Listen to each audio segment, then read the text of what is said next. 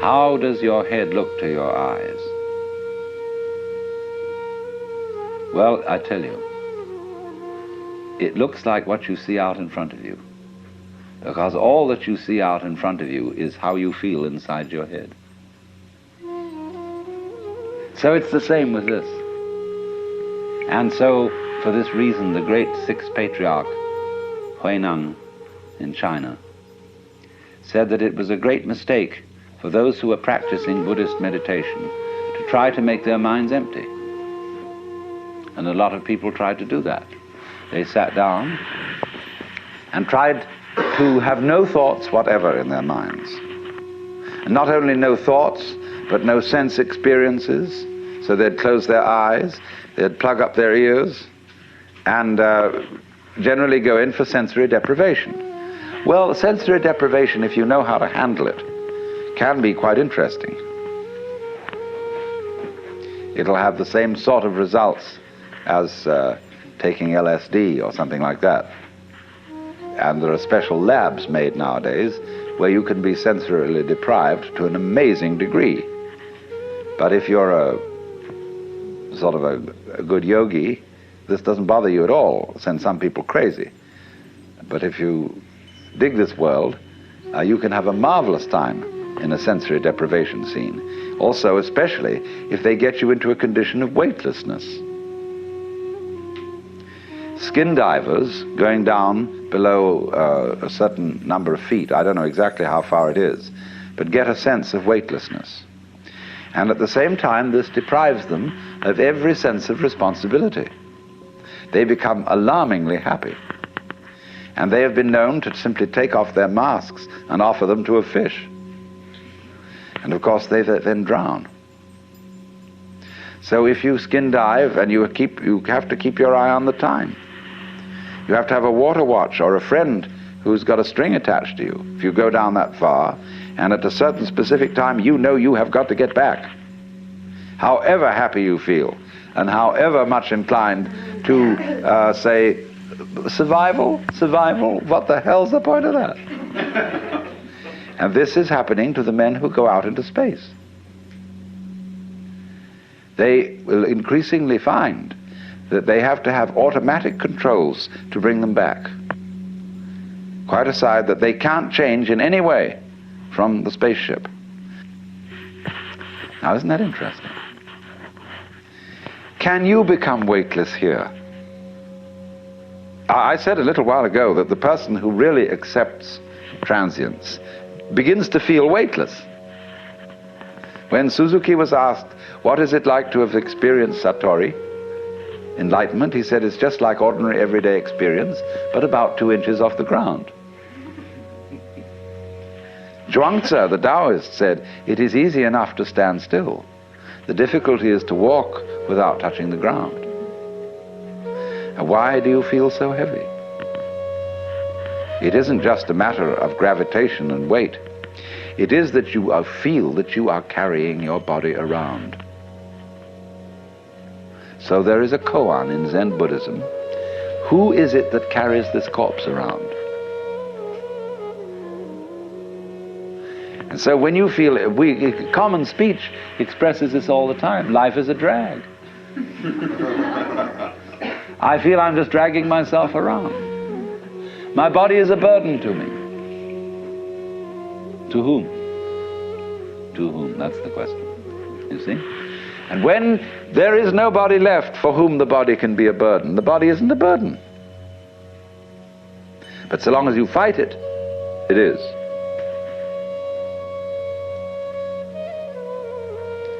So then, when there is nobody left to resist the thing that we call change, which is simply another word for life, and when we dispel the illusion that we think our thoughts, instead of being just a stream of thoughts, and that we feel our feelings instead of being just feelings, it's like saying, to feel the feelings is a redundant expression. It's like saying, actually, I hear sounds. For there are no sounds which are not heard. Hearing is sound. Seeing is sight. You don't see sights. Sightseeing is a ridiculous word. You could just say either sighting or seeing, one or the other, but sightseeing is nonsense.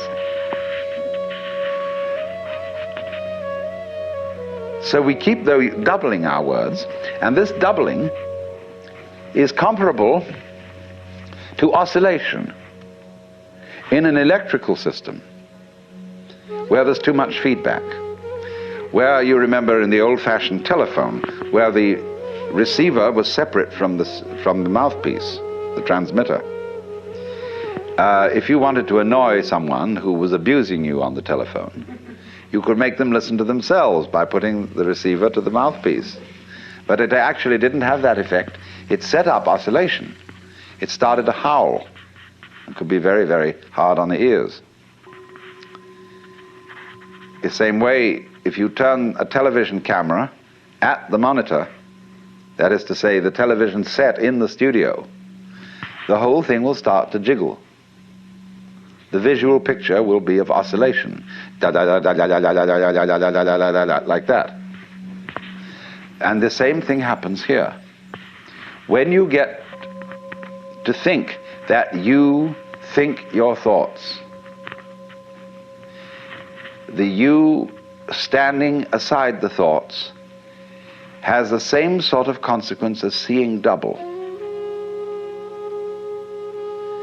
And then you think, can I observe the thinker thinking the thoughts?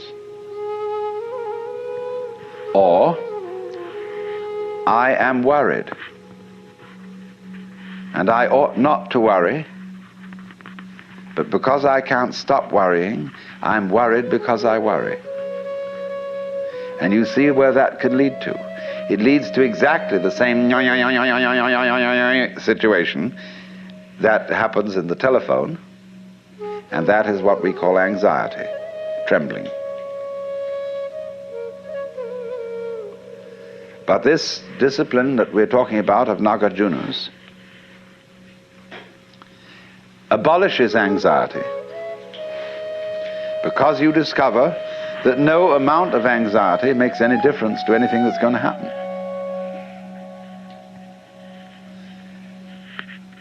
In other words, from the first standpoint, the worst is going to happen. You're all going to die. And don't just put it off in the back of your mind and say, I'll consider that later. It's the most important thing to consider now, because it enables you, it is the mercy of nature, because it's going to enable you to let go and not defend yourself all the time, waste all energies in self-defense. So then, here's the drama. My metaphysics, let me be perfectly frank with you, are that there is the central self. You can call it God, you can call it anything you like. And it's all of us. It's playing all the parts of all beings whatsoever, everywhere and anywhere. And it's playing the game of hide and seek with itself. It gets lost, it gets involved in the farthest out adventures, but in the end, it always wakes up and comes back to itself. And when you're ready to wake up, you're going to wake up. And if you're not ready, you're going to stay pretending that you're just a little, poor little me. And since you're all here and engaged in this sort of inquiry and listening to this sort of lecture, I assume that you're all on the process of waking up. Or else you're teasing yourselves with some kind of flirtation with waking up, which you're not serious about. But I assume maybe you are, not serious but sincere, that you are ready to wake up. So then, when you're in the way of waking up and finding out who you really are, you meet a character called a guru. As the Hindus say, this word, the teacher, the awakener. And what is the function of a guru? He's the man who looks at you in the eye and says, oh, come off it. I know who you are. You know, you come to the guru and say, sir, I have a problem. I'm unhappy and I want to get one up on the universe, or I want to become enlightened. I want spiritual wisdom. Ah, and the guru looks at you and says, who are you? You know Sri Ramana Maharshi, that great Hindu sage of modern times? People used to come to him and say, Master, who was I in my last incarnation? As if that mattered. And he would say, who is asking the question? And he'd look at you and say, basically, go right down to it. You're looking at me, you're looking out, and you're unaware of what's behind your eyes. Go back in and find out who you are, where the question comes from, why you ask.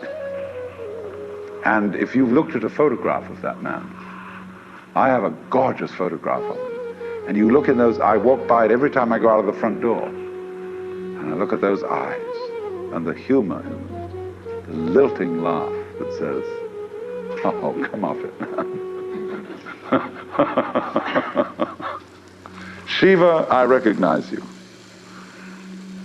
When you come to my door and you say, I'm so-and-so, I say, ha ha, what a funny way God has come on today.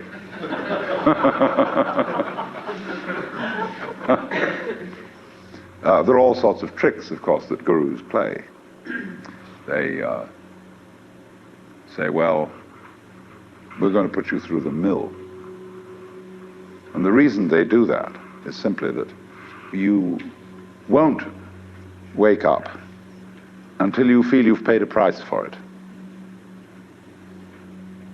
In other words, the sense of guilt that one has, or the sense of anxiety, is simply the way one experiences keeping the game of disguise going on. Do you see that? Supposing you say, I feel guilty. Christianity makes you feel guilty for existing. That somehow, the very fact that you exist is an affront. You are a fallen human being. I remember as a child when we went to the services of the church on Good Friday, they gave us each a colored postcard with Jesus crucified on it. And it said underneath, this have I done for thee, what doest thou for me? You know, you felt awful. You nailed that man to the cross. Because you eat steak, you have crucified Christ. Because they killed the bull. After all, you depend on it. Mithra, it's the same mystery. And what are you going to do about that?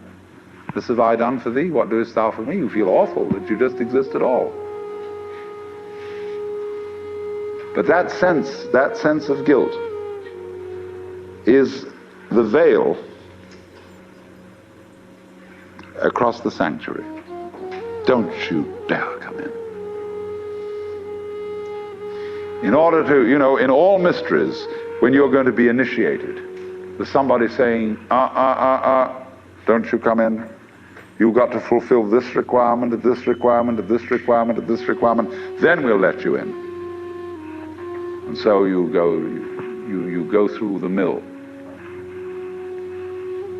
Why?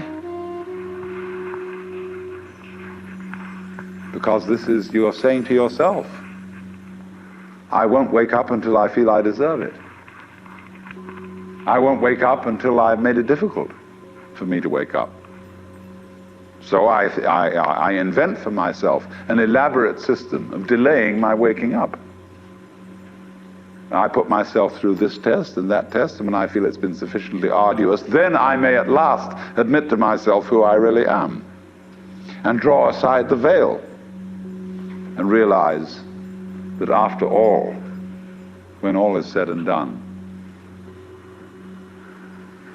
I am that I am, which is the name of God.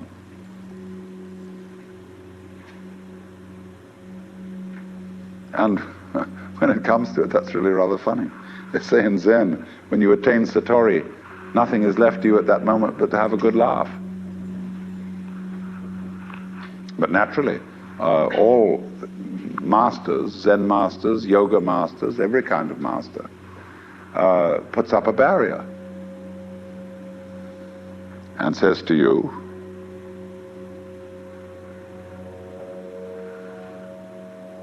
you simply plays your own game. You know, we say anybody who goes to a psychiatrist ought to have his head examined. Because you, when you go to a psychiatrist, you define yourself as somebody who ought to have his head examined. Same way, the Zen masters say anybody who studies Zen or comes to a Zen master ought to be given 30 blows with a stick.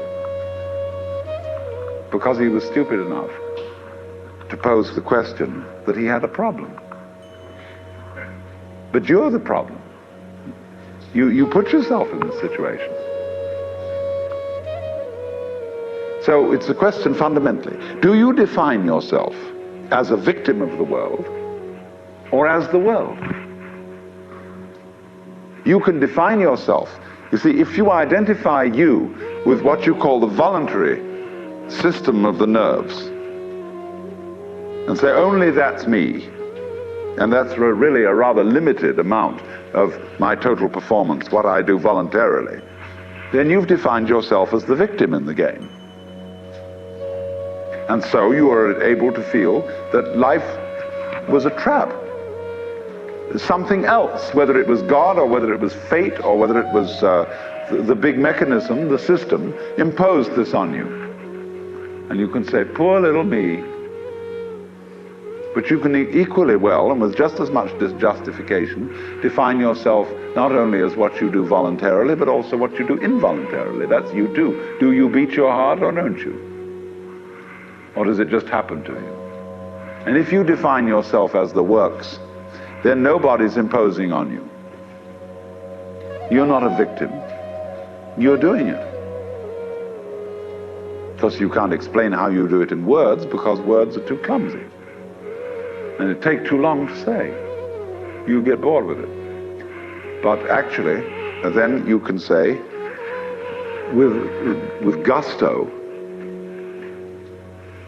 I am responsible for this life. Whether comedy or tragedy, I did it.